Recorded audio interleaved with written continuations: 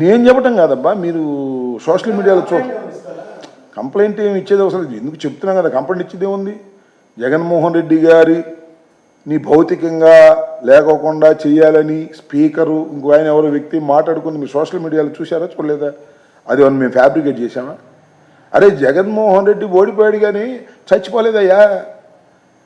అవునవునవును, ఇది బాగుంది, పాయింట్ బాగుంది, ఇది చచ్చిపోతే కానీ మనం బతకం అనేటువంటి పరిస్థితుల్లో ఒక స్పీకర్, ఇప్పుడు స్పీకర్ ఉన్నాడు, ఆయన కావాలని అందుకే స్పీకర్గా పెట్టారు. ఎందుకంటే జగన్మోహన్ రెడ్డి గారిని ఏది పెడితే అది అనటానికి వీలుగా ఉంటుందని ఆయన స్పీకర్గా పెట్టారు. ఇది నిజం కాదా? ఖండించారా? పోనీ సోషల్ మీడియాలో వస్తే ఇది మాది కాదు, ఇది ఫాల్స్ అని ఖండించానా?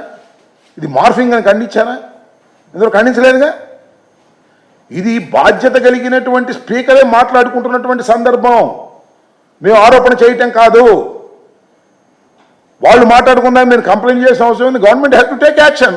నిజంగా లా అండ్ ఆర్డర్ కాపాడాలి అనుకుంటే అదేమి లేనటువంటి పరిస్థితుల్లో పనిచేస్తున్నారు కదా.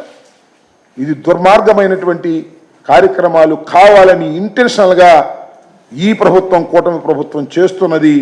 దీన్ని ప్రజలు గమనించాలని, ఇప్పటికైనా ప్రభుత్వం హుందాగా వ్యవహరించే కార్యక్రమం చేయాలని మేము కోరుకుంటున్నాం. సరే, న్యాయస్థానాల్లో ఉంది, that will be decide in the courts.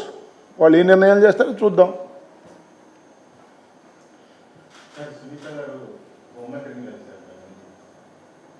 కలవచ్చు ఏముంది హోంమంత్రి, నాకు అర్థం కాదా.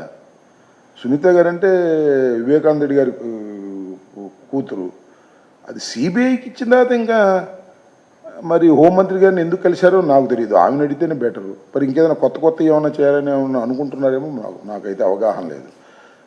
నాకు తెలిసి వివేకానంద రెడ్డి హత్య కేసు సిబిఐ విచారణలో ఉంది, దానిలో కొన్ని అరెస్టులు జరిగాయి, అది ఆ ప్రొసీజర్ నడుస్తూ ఉన్నది.